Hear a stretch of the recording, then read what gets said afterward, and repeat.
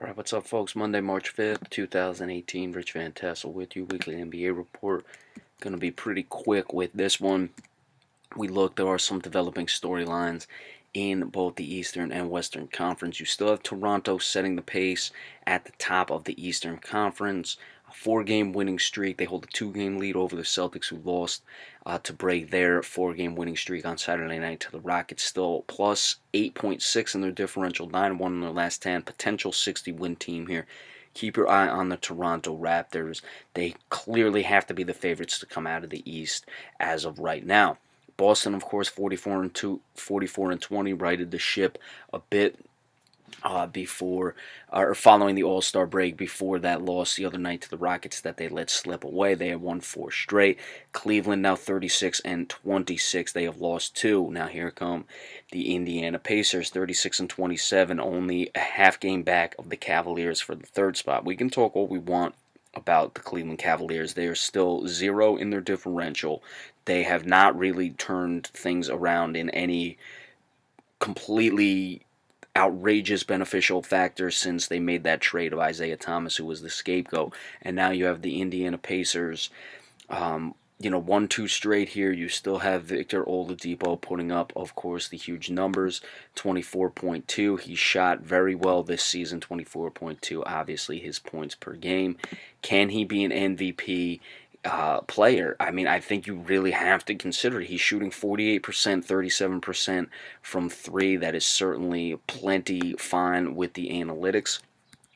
So if they can, I don't think either one of those teams, the Cavaliers or the Indiana Pacers or the Washington Wizards, who are right behind for that matter, can catch a team like the Celtics. But if they're the third seed in the East, I don't see how you don't give Victor Oladipo any consideration. Now, of course, it's tough because you have guys like James Harden, of course, playing as well.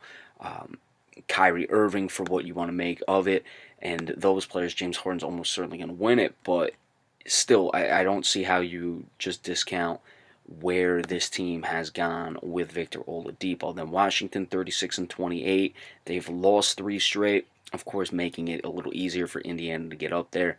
Philadelphia, who lost last night to the Bucks, is 34-28. Milwaukee is now 34-29. Miami, 33-20. You look, every other team except Cleveland, who's at 0, of course. But you have Milwaukee and Miami are in the negative in the differential, and every other team is in the positive, not counting the Cleveland Cavaliers. Detroit 29-34, 2-8 in their last 10. They continue to be just up and down. If they get hot at some point, let's see if they can make the playoffs. They're 4 out. Charlotte had a shot. I thought they've now lost 3 straight down. They're down to 28-36. Not completely out of it at 5.5 back, but they would have to go on another big winning streak, and then really, like, you're talking about 8 out of every 10 the rest of the way, 8 out of every 11 the rest of the way. New York 24-40, losers of 4 straight. They've completely gone downhill. Chicago 21-41. You got to give the Bulls credit because I thought they were going to be just completely horrid this year. No team has really been even as bad as I would have expected the worst of the teams to be. But they have, 21 wins isn't great, but it's something here. Orlando 20-43. They have been a disappointing team. Brooklyn just cannot find their footing. Look, can they get to 30 wins? They'd have to go 10-8 down the stretch. That I thought would be a goal for them to reach. It's been tough. You'd like to see them continue to make improvements. They will rise up a little bit from where they were last year, but they still may finish last in the conference. And then Atlanta 20-44 themselves. In the West, Houston got the win Saturday night for 15 straight. They have won, obviously, their last 10. We don't need to go into the last 10. Getting the win over the Celtics, they hold the half-game lead over the Golden State Warriors, who have won 5, 49-14. And then the 2 streaking teams, Portland, 37-26. They have won 6 straight. And look, I don't know if it was last year or the year before I predicted. It might have been last year it was.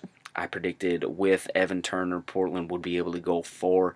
I had them going to the conference finals. Could I've just been a year early? I don't know. Again, they're heavily, heavily dependent on Damian Lillard and C.J. McCollum, both putting up good points, 26.4, 21.7. Nurkic, Joseph Nurkic, or however you would say, is at 14.1. He's the only other guy in double figures. I thought Evan Turner would be a nice compliment off the bench. hasn't really given it to them. They need to find, I mean, they didn't make any moves at the deadline, so it is what it is. I'm curious to see where exactly Portland can go moving forward if they can make a deep run in the playoffs, because you have the Spurs falling out.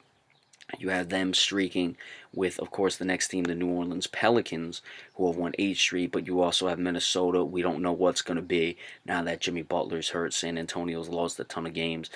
They would set up to face Golden State in the second round. I don't know if Portland has the guns to do it. I went with them before, and I still don't think, though, despite what they're doing in the regular season, that as of right now, that they'll have much punch in the playoffs. And you look at the difference; they're still 12 games behind Golden State and Houston. 12 behind Golden State, 13 behind, or 12 and a half behind Houston. So it's not like there are teams that are close. I mean, even respectably close. There's those two, and then everyone else. New Orleans, 36 and 26. Hats off to them. Anthony Davis also has to be given serious consideration for MVP. He's really stepped up his play. In the absence of DeMarcus Cousins being out, they've now won 8 straight. He's giving you 28 points per game, 11 rebounds. Now people might say, hey, look at what happened that you lose DeMarcus Cousins and now you've won all these games here. The team was starting to turn around with DeMarcus Cousins. I think Anthony Davis just took the mantle on his shoulder to make things happen after that and give him a lot of credit for it. And of course, an MVP caliber player. Minnesota 38 and 28, 4 and 6 in the last 10. They've been without Jimmy Butler for some time. Let's see if they can continue to hold teams off. And even look at this. Portland has won 6 straight. They're third in the conference. They're still only 2.5 or 3 games from being out of it. San Antonio 36 and 27. They are really struggling without Kawhi Leonard. Oklahoma City continues to not find their footing. While I still think they're the only team that would give a representative chance against the Golden State Warrior in a 7-game series with their firepower, I don't even think Houston would do it.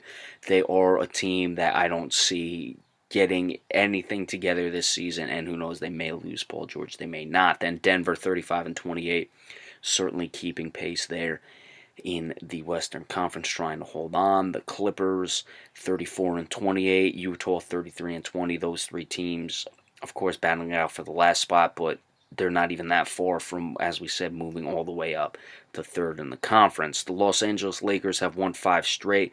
They are 6.5 out.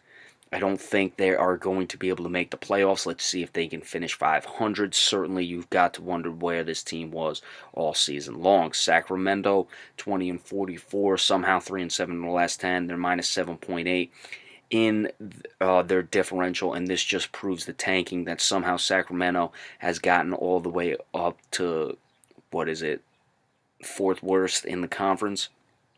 And teams like Dallas 19 and 45, Phoenix 19 and 46, and Memphis 19 and 44, who's lost 13, have all then bounced down. And you just look at how such a poor team can rise up in that situation, shows that tanking is all there. All right, power rankings, of course, Houston, number 1, 49 and 13, winners of 15 straight. Golden State, number 2, 49 and 14. I will still give it to Toronto at 3, 45 and 17. Portland, number 4, 37 and 26, and the Boston Celtics, number 5, at 44 and 20. All right, of course, we appreciate all subscription, spread the word, trying to get my monetization status back, but it's not the biggest thing why we do this, just saying, they had bounced it, so we appreciate all subscriptions and those things. Anything else that comes across, we'll give it to you. Thank you all so much.